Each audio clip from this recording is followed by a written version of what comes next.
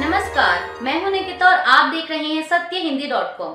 चलिए एक नजर डालते हैं अब तक की सुर्खियों पर। इस साल के अंत में होने वाले विधानसभा चुनाव और अगले साल 2024 में होने वाले लोकसभा चुनाव के लिए कांग्रेस ने अपनी नई वर्किंग कमेटी की लिस्ट जारी कर दी है। इसमें सोनिया गांधी, राहुल गांधी और मल्लिकार्जुन खड़गे समेत कुल 39 सदस्यों को शामिल किया गया है। वहीं इस कार्य समिति में आनंद शर्मा और शशि थरूर समेत G23 के कई ऐसे नेताओं को भी जगह मिली है जो कांग्रेस से नाराज चल रहे थे।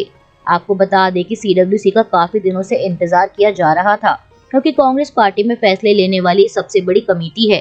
हालांकि पुरानी वाली कमेटी से इस नई कमेटी में ज्यादा बदलाव नहीं किया गया है। CWC में मल्लिकार्जुन खड़गे, सोनिया गांधी, मनमोहन सिंह, राहुल गांधी, प्रियंका गांधी, AK एंटनी, अंबिका सोनी, अधीर रंजन चौधरी, दिग्विजय सिंह, चरणजीत सिंह चन्नी, आनंद शर्मा समेत कुल 39 नेता शामिल हैं। इसके अलावा 32 स्थायी आमंत्रित सदस्य, 9 विशेष आमंत्रित सदस्य, यूथ कांग्रेस, NSUI, महिला कांग्रेस और सेवा दल के अध्यक्षों को भी इसमें जगह दी गई है। वहीं इस बार कांग्रेस की वर्किंग कमेटी में जो नए नाम सामने आए हैं वो है सचिन पायलट, शशि थरूर, अशोक चौहान और दीपक बावरिया। गौरव गोगोई, नासिर हुसैन, दीपा दास मुंशी को भी CWC में शामिल किया गया है। विशेष आमंत्रित सदस्यों में पवन खेड़ा, सुप्रिया श्रीनेत और अलका लांबा शामिल हैं। केंद्रीय गृह मंत्री अमित शाह ने आज रविवार 20 अगस्त को मध्य प्रदेश की राजधानी भोपाल में आयोजित एक कार्यक्रम को संबोधित करते हुए राज्य का रिपोर्ट कार्ड पेश किया और साथ ही कांग्रेस पार्टी पर निशाना साधा। उन्होंने कहा कि मध्य प्रदेश ने बीमारू से बेमिसाल राज्य का सफर तय किया है। दरअसल अमित शाह ने मध्य प्रदेश सरकार के गरीब कल्याण महाअभियान 2003 से 2023 के तहत प्रदेश की सरकार का रिपोर्ट कार्ड जारी किया है। इस दौरान उन्होंने कहा कि बीते 20 साल स्वर्णकाल साबित हुए हैं। आत्मनिर्भर मध्य प्रदेश की नींव डालने का काम 20 साल में हुआ है।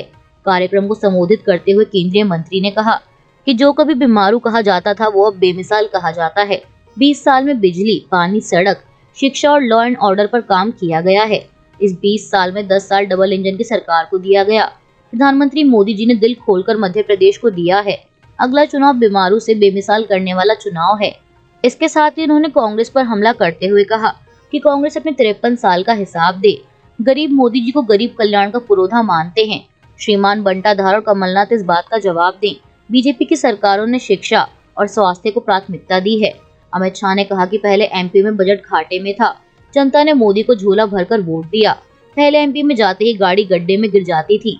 2004 से 2014 तक मनमोहन सरकार ने MP को 1.98 लाख करोड़ दिया, जबकि मोदी सरकार ने 10 साल में ही 8.39 लाख करोड़ दे दिए।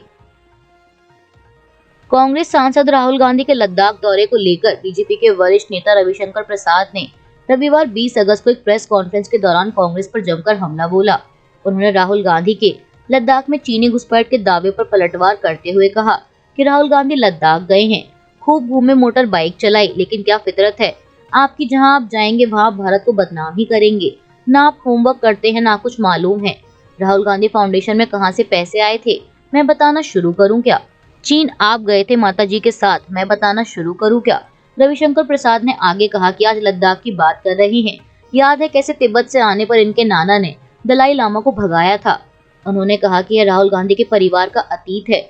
उनकी सरकार की ऑफिशियल लाइन रही, लद्दाख से अरुणाचल तक सड़क नहीं बनानी है क्योंकि चीन इरिटेट होगा। आज PM मोदी ने बड़े बड़े हाईवे उस रास्ते पर बना दिए हैं। रविशंकर प्रसाद ने आगे कहा कि लद्दाख के इंफ्रा, बिजली के लिए सरकार रोज काम कर रही है और आज देखिए 38 लाख लोगों ने कश्मीर के लाल चौक पर झंडा फहराया है। कांग्रेस नेता राहुल गांधी इस समय लद्दाख के दौरे पर हैं। इस दौरान उन्होंने आज 20 अगस्त को दावा किया कि चीन की सेना ने लद्दाख में घुसपैठ की है।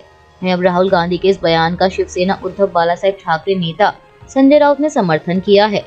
समाचार एजेंसी ANI से बातचीत के दौरान संजय राउत ने कहा कि लद्दाख में चीन ने घुसपैठ करके अपना कब्जा बना लिया है। इसके सबूत भी सामने आए हैं, लेकिन हमारे रक्षा मंत्री, हमारे प्रधानमंत्री ये बात मानने को तैयार नहीं है। तो लगता है कि हम लोग भारत माता के साथ नाइंसाफी कर रहे हैं। राहुल गांधी के बयान पर राउत ने कहा कि राहुल जी देश के प्रमुख नेता हैं, सांसद हैं, कांग्रेस के पूर्व अध्यक्ष हैं। अगर वे एक बात सामने रखते हैं तो सोच समझ कर रखते हैं। अगर राहुल जी ने ये बात कही है कि चीन ने अपनी जमीन को कब्जे में ले लिया है, तो इसके ऊपर प्रधानमंत्री हो या रक्षा मंत्री, लोगों को गुमराह करने की जरूरत नहीं है। लोगों को सच बताइए, यही राहुल जी का कहना है। दरअसल कांग्रेस नेता राहुल गांधी ने आज अपने पिता और भारत के पूर्व प्रधानमंत्री राजीव गांधी की जयंती पर उन्हें श्रद्धांजलि देने के बाद संवाददाताओं से बात करते हुए कहा था कि यहाँ पर तो सब लोग कह रहे हैं कि चीन की सेना घुसी है और प्रधानमंत्री कहते हैं कि यहाँ कोई नहीं आया, जो कि सच नहीं है। उन्होंने कहा कि आप यहाँ किसी से भी पूछ लीजिए, वो यही कहेगा। राहुल गांधी ने आगे कहा कि भारत जोड़ो यात्रा के समय हम यहाँ आना चाहते थे, लेकिन कुछ कारणों की वजह से हम यहाँ नहीं आ पाए। उन्होंने कहा कि लद्दाख के लोगों की कई शिकायतें हैं। लद्दाख को जो स्टेटस दिया गया है इससे लोग खुश नहीं हैं। लोगों को प्रतिनिधित्व चाहिए। लोग कह रहे हैं कि नौकरशाही से राज्य नहीं चलाना चाहिए, जनता की आवाज से चलना चाहिए। एक मानव रहित वायुयान आज रविवार 20 अगस्त को कर्नाटक के खेतों में दुर्घटनाग्रस्त हो गया। इसका निर्माण डिफेंस रिसर्च डेवलपमेंट ऑर्गेनाइजेशन यानी DRDO ने किया था। मीडिया रिपोर्ट के मुताबिक UAV को टेस्ट के लिए भेजा गया था। खेतों में काम करने वाले और आसपास के गांव के स्थानीय लोगों ने अधिकारियों को विमान के घटनाग्रस्त होने की सूचना दी। आधिकारिक सूत्रों ने बताया कि कर्नाटक में चित्रदुर्ग जिले के एक गांव में DRDO द्वारा विकसित एक मानव रहित वायुयान दुर्घटनाग्रस्त हो गया है। सूत्रों ने बताया कि यह ड्रोन तापस 07A14 जिले के हिरियूर तालुक स्थित वड्डीकेरे गांव के बाहर खेतों में दुर्घटनाग्रस्त हुआ। सूत्रों के मुताबिक यह घटना उस वक्त हुई जब DRDO का ड्रोन परीक्षण उड़ान पर था।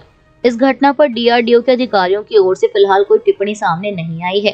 वहीं घटना से जुड़ी कुछ वीडियो और तस्वीरें सामने आई हैं, जिनमें देखा जा सकता है कि दुर्घटना के बाद ड्रोन टूट गया और उसके पुर्जे आसपास बिखर गए। जांच एजेंसी ED ने NCP प्रमुख शरद पवार के करीबी के ठिकानों पर छापेमारी की है, जहां से ED को अकूत संपत्ति बरामद हुई। इसमें 1 करोड़ की नकदी, 25 करोड़ रुपए की कीमत का 39 किलो सोना जब्त किया गया है। ED ने एक दिन पहले बैंक फ्रॉड मामले में NCP के पूर्व राज्यसभा सांसद ईश्वरलाल जैन के 13 ठिकानों पर तलाशी ली। बता दें, ईश्वरलाल जैन NCP के पूर्व कोषाध्यक्ष रहे हैं। उन्हें शरद पवार के करीबी लोगों में गिना जाता है। टाइम्स ऑफ इंडिया ने ED के अधिकारियों के हवाले से अपनी रिपोर्ट में बताया कि तलाशी के दौरान जांच एजेंसी को 1 करोड़ रुपए की नकदी और 39 किलोग्राम सोना बरामद हुआ है, जिसकी कीमत 25 करोड़ रुपए है। ED ने जलगांव, नासिक और ठाणे में मौजूद जैन की संपत्तियों पर छापा मारा था।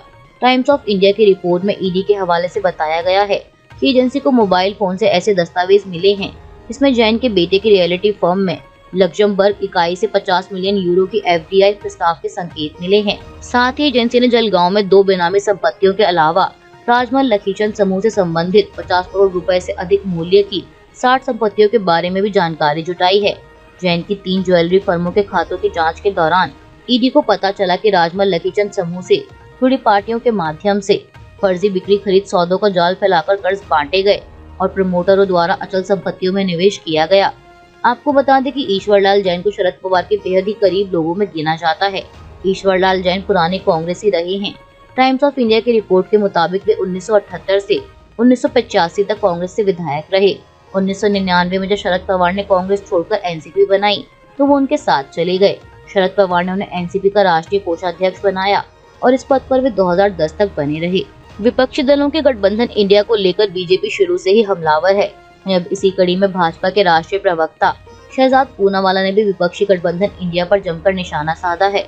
उन्होंने आज रविवार को सोशल मीडिया प्लेटफॉर्म X पर लिखा, निकाह से पहले 3 तलाक। इसके साथ ही उन्होंने अपने ट्वीट में केंद्रीय गृह मंत्री अमित शाह के विपक्षी गुट इंडिया पर तंज का भी जिक्र किया। पूनावाला ने कहा कि कांग्रेस का कहना है कि हम दिल्ली में आम आदमी पार्टी के खिलाफ सभी सीटों पर चुनाव लड़ेंगे। आम आदमी पार्टी का कहना है कि कांग्रेस का कोई अस्तित्व नहीं है। कांग्रेस नेता अनिल चौधरी ने केजरीवाल को भ्रष्ट बताया। केजरीवाल ने छत्तीसगढ़ में कांग्रेस सरकार के भ्रष्टाचार पर हमला बोला। फिर पवन खेड़ा ने दिल्ली मॉडल को दी चुनौती। अलका लांबा ने केजरीवाल को आम आदमी पार्टी का ठग बताया। निष्कर्ष, अमित शाह हमेशा सही होते हैं। काम खत्म, दोस्ती खत्म। गौरतलब है कि पिछले दिनों लोकसभा में दिल्ली सेवा विधेयक पर चर्चा के दौरान अमित शाह ने कहा था कि कांग्रेस को बताना चाहता हूं कि इस विधेयक के पारित होने के बाद आम आदमी पार्टी आपके साथ कोई गठबंधन नहीं करने जा रही है। उन्होंने विपक्षी सांसदों से गठबंधन के बारे में नहीं बल्कि दिल्ली के बारे में सोचने की अपील की थी। दरअसल सारा मामला ये है कि आम आदमी पार्टी प्रमुख अरविंद केजरीवाल ने कल शनिवार को छत्तीसगढ़ में चुनाव प्रचार के दौरान राज्य के सरकारी स्कूलों की भयानक स्थिति की आलोचना की। केजरीवाल ने छत्तीसगढ़ में मौजूद कांग्रेस सरकार की भी आलोचना की। इसके बाद कांग्रेस की ओर से भी तीखी प्रतिक्रिया आई। कांग्रेस के मीडिया और प्रचार विभाग के प्रमुख पवन खेड़ा ने केजरीवाल की आलोचना पर प्रतिक्रिया देते हुए कहा कि हमारी छत्तीसगढ़ सरकार के प्रदर्शन की तुलना पिछली रमन सिंह सरकार से की जाएगी। आइए हम अपनी पसंद का एक क्षेत्र को चुनें और दिल्ली में कांग्रेस सरकार बनाम आम आदमी पार्टी सरकार के प्रदर्शन की तुलना करें, बहस के लिए तैयार हैं। खेड़ा ने कहा कि रायपुर के लिए उड़ान भरने से पहले दिल्ली की जमीनी स्थिति के बारे में बात करें, जहां पूरा शहर रसातल में जा रहा है। अब कांग्रेस और आम आदमी पार्टी के बीच चल रही इस तकरार को लेकर बीजेपी ने विपक्षी गठबंधन इंडिया को निशाने पर लिया है। अभी के लिए बस इतना ही। बाकी की खबरों के लिए बने रहिए सत्य हिंदी .com के साथ।